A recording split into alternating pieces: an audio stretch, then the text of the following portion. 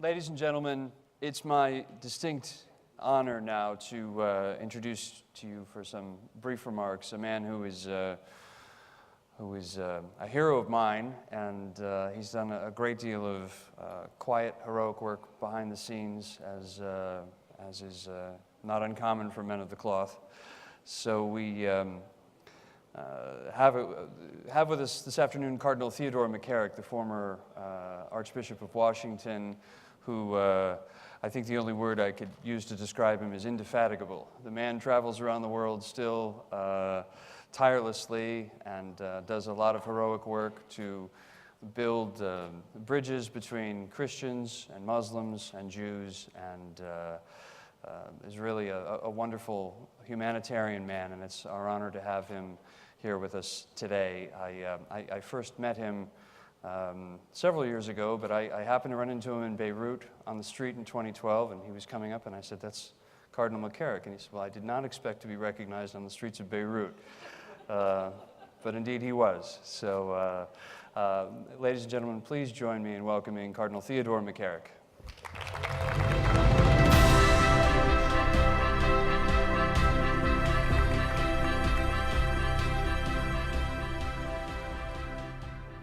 It's a special treat to be greeted with music. I'm just 3 points. When I used to teach, that would say it's 3 points, but they always said, but you had A's and B's under the 3 points, so it went on longer. I just want to begin by saying how grateful I am for the opportunity of speaking to you. This is a very important gathering, and it's a privilege to be able to be snuck into the program so that I might have a chance to greet all of you and to join you in your concerns about the plight of Christians and the need for the defense of Christians. My 3 points are simple. First of all, I'm old enough to remember the horrors of the Holocaust. I'm old enough to remember how the Western world, including our own country, let these things happen to our Jewish brothers and sisters and paid no attention. Well, when they finally did, it was too late.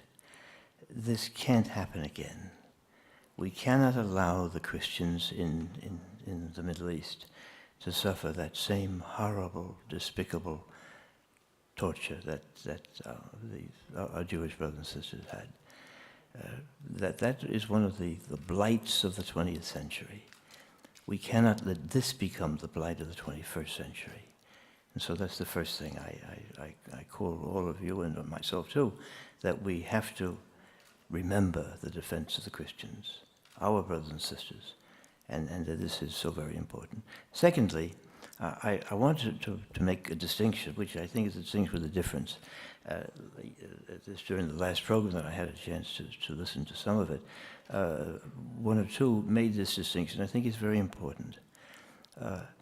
The Islam of the Islamic State is not the true Islam. It can't be. Any of us who have had a chance to study something of Islam, and I'm not an expert, but have seen that they have radicalized and they have changed, and they have, if you give me the word, bastardized what is the true Islam by making it appear as something that it really is not. So often you read in the sacred books of Islam that if you save one life, you save the world. If you take one life, you kill the world. You know that this how can this go in to the same kind of understanding that people who are beheading people who are innocent just because they will not accept their brand. And of course the horrible thing is, when you look at it, that these people are killing more Muslims than they are Christians. So it is an anti-human thing, not just an anti-Christian thing. It is anti-Christian, of course, but it is not the real understanding that we have learned about Islam.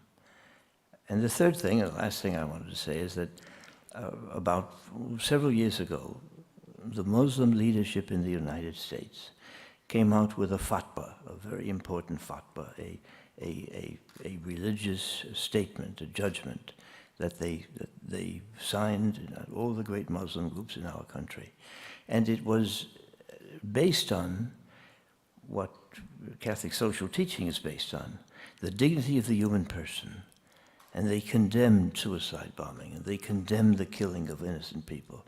They condemned all these things, and it didn't go anywhere. It was I was involved in it because they presented it to me. I was at that time Archbishop of Washington, and it was an important moment because what they had done was clear and precise and accurate. The bad thing was that nobody published it. It didn't. Somehow it didn't get around. And so I think, and I've been saying this to my Muslim brothers and sisters, that this is the time they must do that again. The Muslims of America, whom we know, who are good American citizens, or vast majority of them, these people must take a lead again and say to all the world that this is the true Islam, Islam that gets along with the neighbor, that allows your religion for you, my religion for me, as we read in the Quran, that is very clear that they believe their own, as it is with us, that we believe our own, and we must never forget that. But to live and to allow the neighbor to live faithfully according to his own desires and his own deep beliefs. And so I believe that what we must do is to say to our Muslim brothers and sisters, especially in this country, where there is an Islam that is helpful, that is cooperative, that is serene, we don't accept it because we're not Muslims, but we accept their willingness to believe a doctrine which recognizes the dignity of the human person. The dignity of the human person. Every religion, every true religion has to have some basis in that, because that's the secret. And because of that, our Muslim leaders in the United States, and I said this to them yesterday at another summit when many of our Muslim leaders got together, I said, I hope that they will release that fatwa again.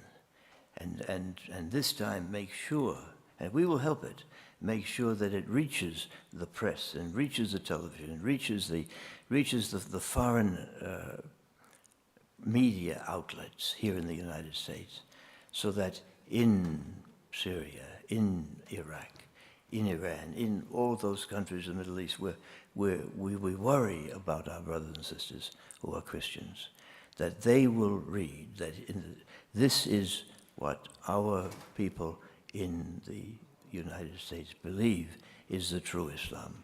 It is an Islam where we can all work together and work for peace. I think we must not have that Islamophobia, but we must be faithful into what we believe. And now that we know that they have publicly expressed their understanding of the value of our own faith, they must be asked again to present that declaration in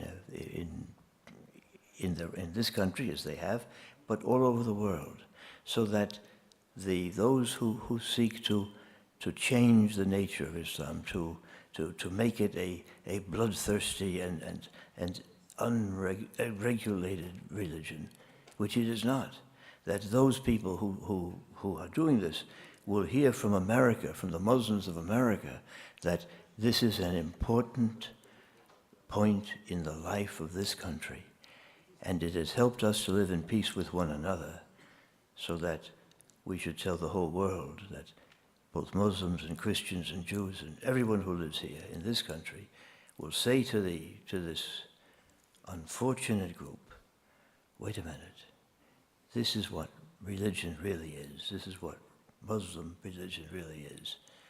Let us live in peace. Let us help each other. Let us learn that there is one great dignity in the human family, and that is on what you build your society and you build your future. I believe this with all my heart, and I think you do too. It's great to have a chance to talk with you. God bless you all.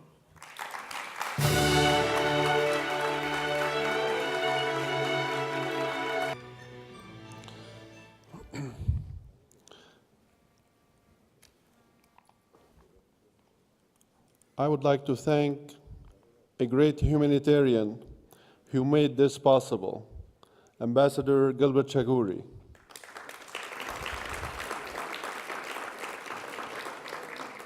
Gilbert is my brother and the brother of all Christians who suffer in the Middle East. His generosity has built hospitals, roads, numerous other charities. I've never known a man who cared more for humanity and what he did for this sake. The Vatican has honored him as a great humanitarian and the son of the Church.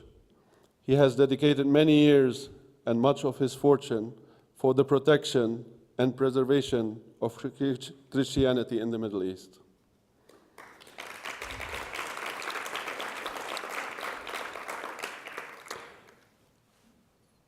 I would also like to thank my executive committee, especially Andrew Doran, the executive director, who's volunteered for our cause.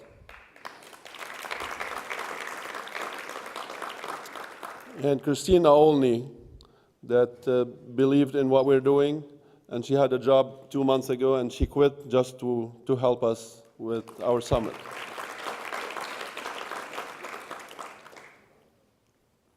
Also thank Drew Bowling, Joseph Buhacker, Mark Corallo, and Joe Sella. Without them, this would have never happened.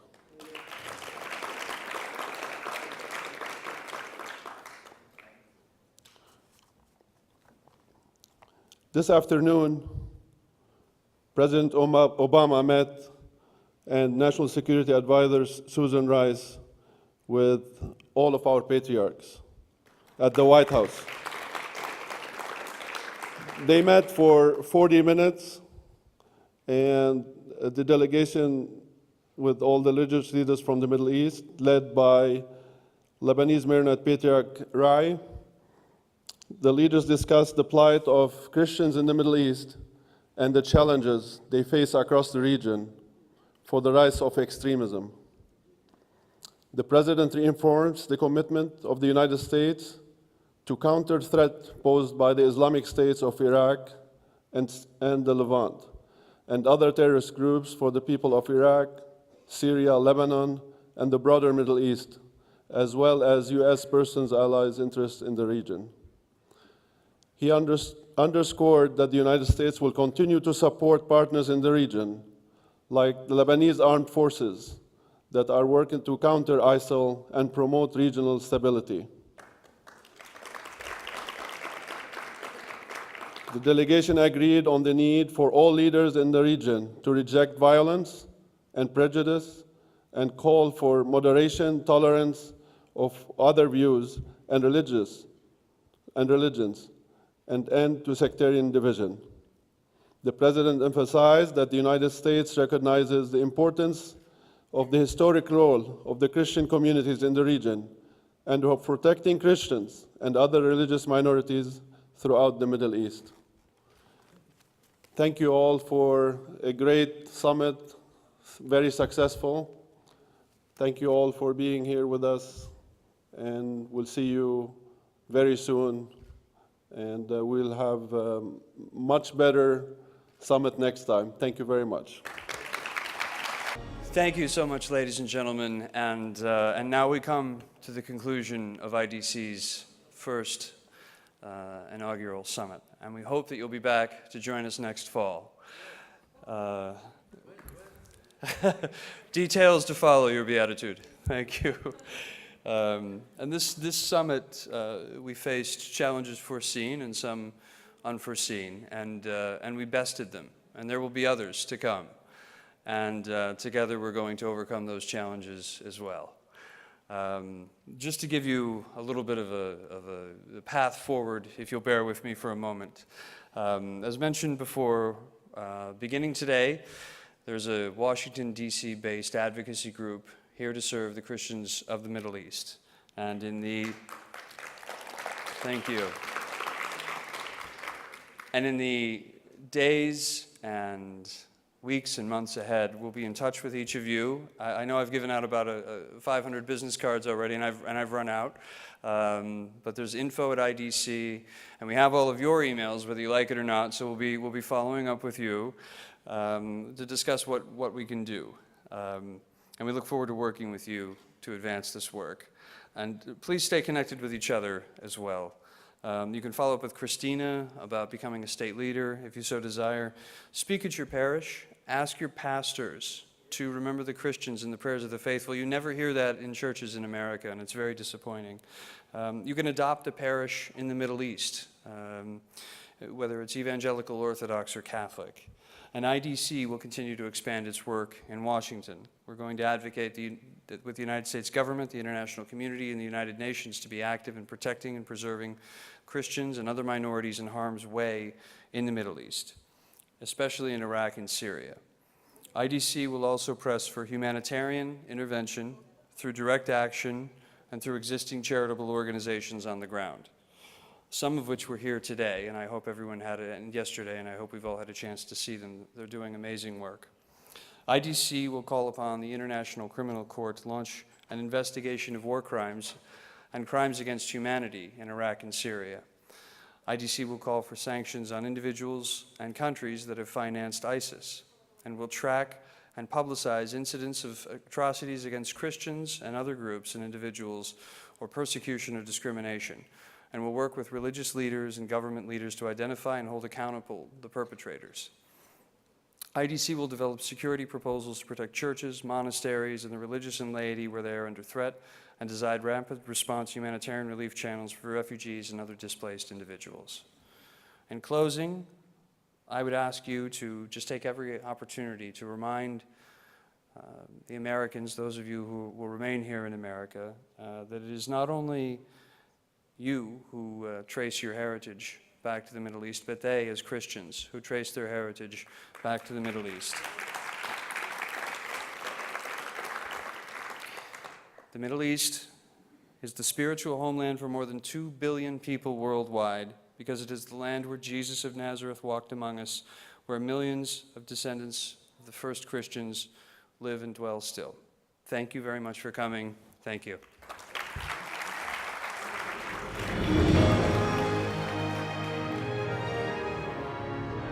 Sorry about the music. Kill the music. Thank you. Ladies and gentlemen, there is a Mass this evening at Our Lady of Lebanon, a Divine Liturgy at 7:30. There will be buses leaving here at 7 p.m.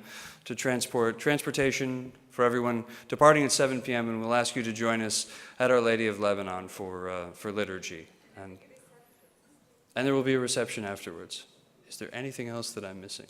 One other item. We have two young experts who've worked doing human rights work in Iran, and they're going to be across the hall. Their names are James Marchant and Dr. Bronwyn Robertson, and they have a report that's been filed about the persecution of Christians and others in Iran.